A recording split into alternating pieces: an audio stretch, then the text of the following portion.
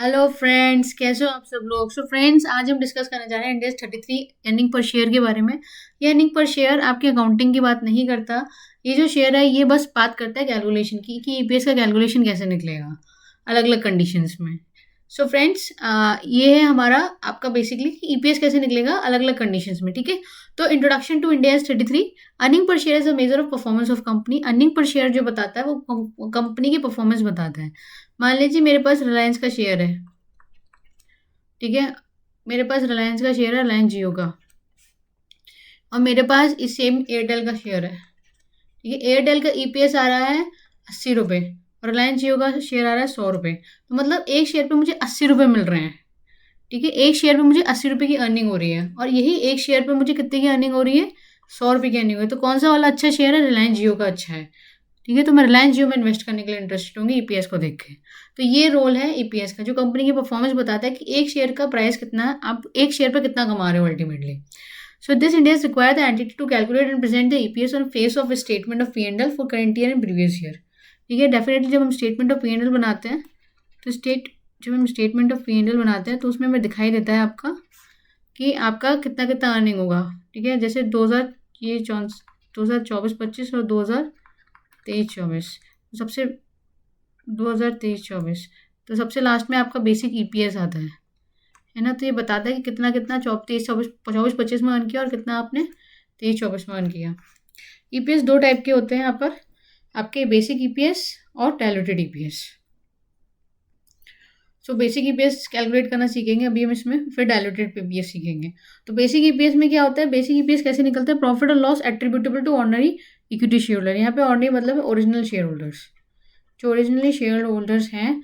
ठीक है, तो प्रॉफिट उनको कितना जा रहा है, और फिर weighted average number of ordinary equity shares, weighted average number of ordinary equity share. ये वेटेड का निकालना सीखेंगे, वेटेड कैसे निकालते हैं, profit attributable to ordinary shares. जब हम स्टेटमेंट ऑफ पी&एल बनाते हैं ना फ्रेंड्स, तो उसमें आपने देखा होगा जब आप स्टेटमेंट ऑफ पी&एल बनाते हैं तो स्टेटमेंट ऑफ पी&एल में आपका पैट आता है और पैट के बाद क्या आता है आपके पास, पैट के बाद आता है आपके पास अदर कॉम्प्रहेंसिव इनकम आ जाती है। ठीक है, फिर उसके बाद आपका ईपीएस आता है। अदर कॉम्प्रहेंसिव इनकम लिखने के बाद आपका क्या आता है, ईपीएस आता है, बेसिक ईपीएस, फिर डायल्यूटेड आ जाता है ना।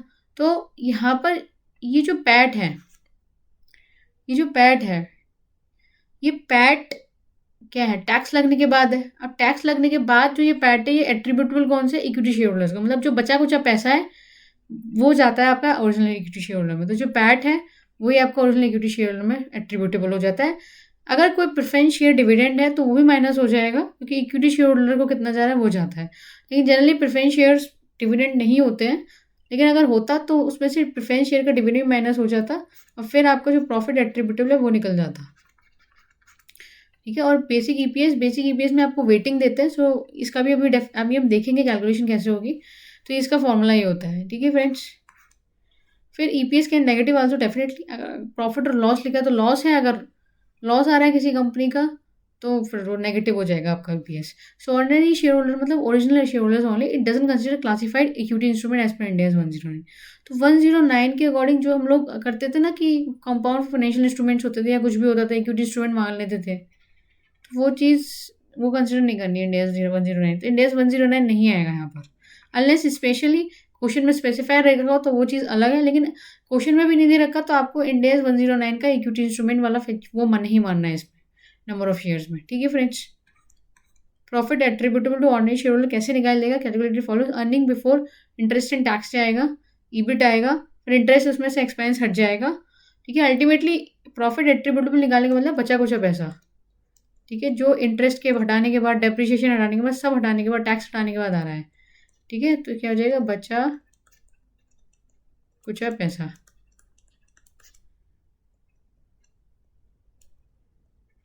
ठीक है, जैसे कोई भी कंपनी का ओनर होता है तो बचा कुछ पैसा ही उसके हाथ में आता है, वही चीज़ है। So earning before interest and tax, interest expense on loan debenture bonds वो माइनस हो जाएगा, पीबीटी आ जाएगा, फिर पीबीटी में से टैक्स माइनस हो जाएगा, फिर प्रॉफिट आफ्टर टैक्स आ जाएगा। प्रॉफिट आफ्टर टैक्स को प्रॉफिट फॉर द ईयर भी बोलेंगे, नेट प्रॉफिट भी बोलेंगे। इसमें से प्रेफरेंस डिविडेंड माइनस हो जाएगा, फिर प्रॉफिट और loss attributable to original equity share और नई इक्विटी शेयर आ जाएगा। तो ऐसे करके निकलेगा। इसमें अदर कॉम्प्रिहेंसिव इनकम नहीं मानी जाती ईपीएस में, क्योंकि अदर कॉम्प्रिहेंसिव इनकम आपका एक्चुअल गेन और लॉस नहीं है, एक्चुअल गेन और लॉस नहीं है, ठीक है। इसलिए इसका P&L से कोई रिलेशन नहीं होता, ये एक्चुअल नहीं है।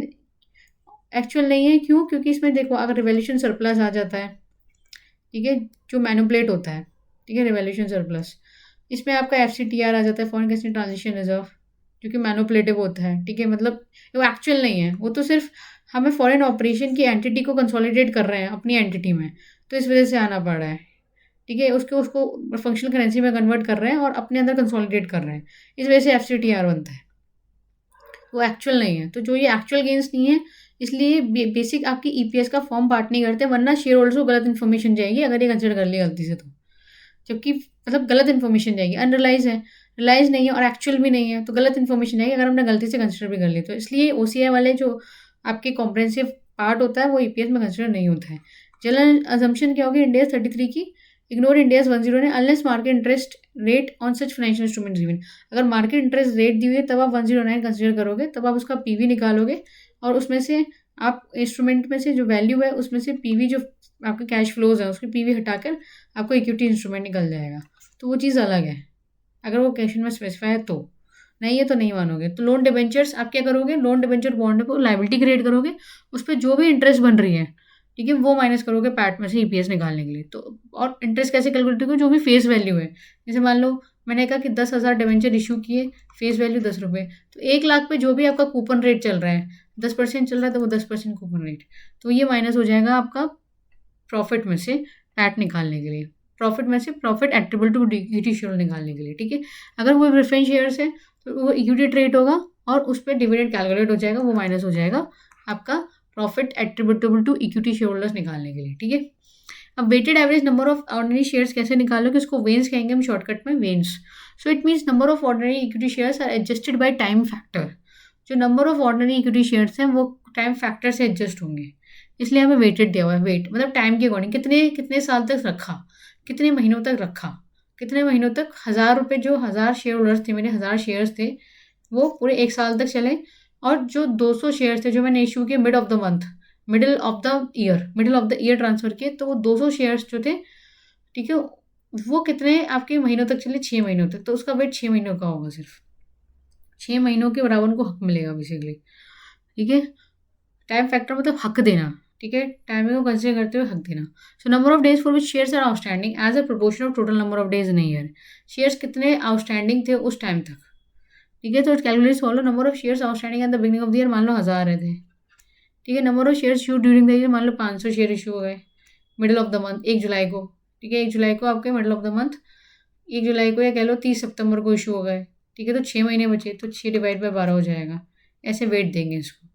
500 शेयर्स को तो भाई 6 महीने तक ही तो रोका है उन्होंने, 6 महीने तक तो वो स्टे इन्वेस्टेड थे, उसी की वजह से उन्हें राइट मिल रहा है ना। लेकिन सेम राइट नहीं दे सकते, क्योंकि 1,000 शेयर होल्डर्स जो थे वो तो भाई हमारे 1 साल तक टिके हुए हैं, 500 वाले बाद में टिके हैं, तो इसलिए उनको वेट दिया जाता है।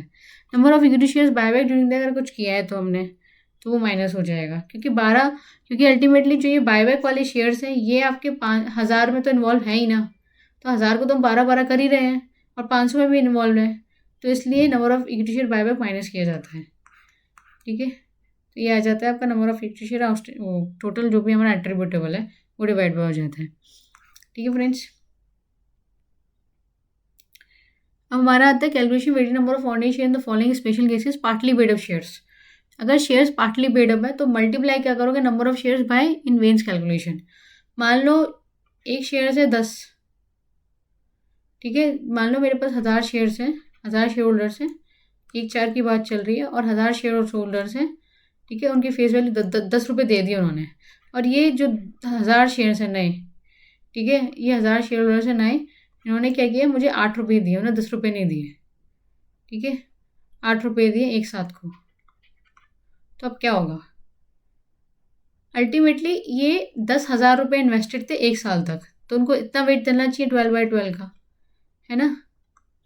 लेकिन ये जो शेयर्स हैं ये तो मेरे भाई 9 महीने तक थे बस, तो 9 महीने का वेट दे दो इसको, ठीक है। क्योंकि अल्टीमेटली अगर मैं इसे ये नहीं करूँगी 9/12, तो इसका मतलब होगा कि 80, क्योंकि ये जो इन्होंने पार्टली शेयर पे किया है, मतलब 80,000 रुपये पे करके पूरा की पूरा राइट ले रहे हैं ये लोग हमारे EPS में, पूरा की पूरा राइट ले रहे हैं हमारे अर्निंग में, विच इज़ सो रॉन्ग।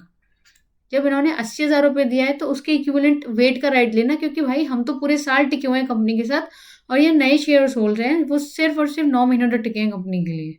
तो उसके हिसाब से उनका अर्निंग में राइट हो ना, अर्निंग में हक हो। तो इसलिए हम 9/12 करते हैं। So then multiply number of shares by, यही कर रहे हैं हम लोग एलटीडी।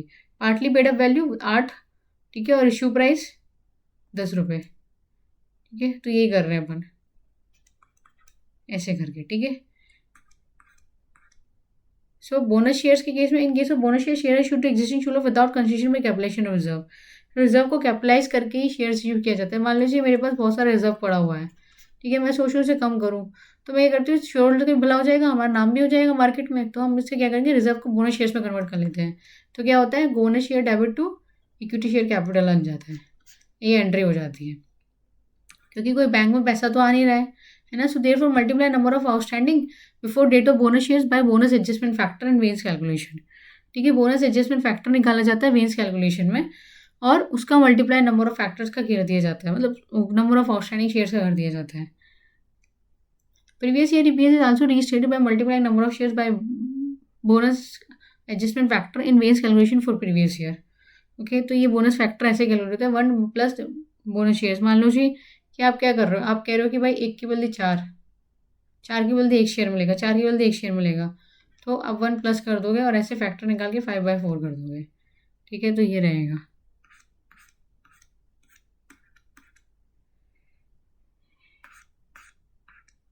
राइट इशू ये हम अगली वीडियो में डिस्कस करेंगे, ठीक है, अगली वीडियो में डिस्कस करेंगे। So thank you for watching guys.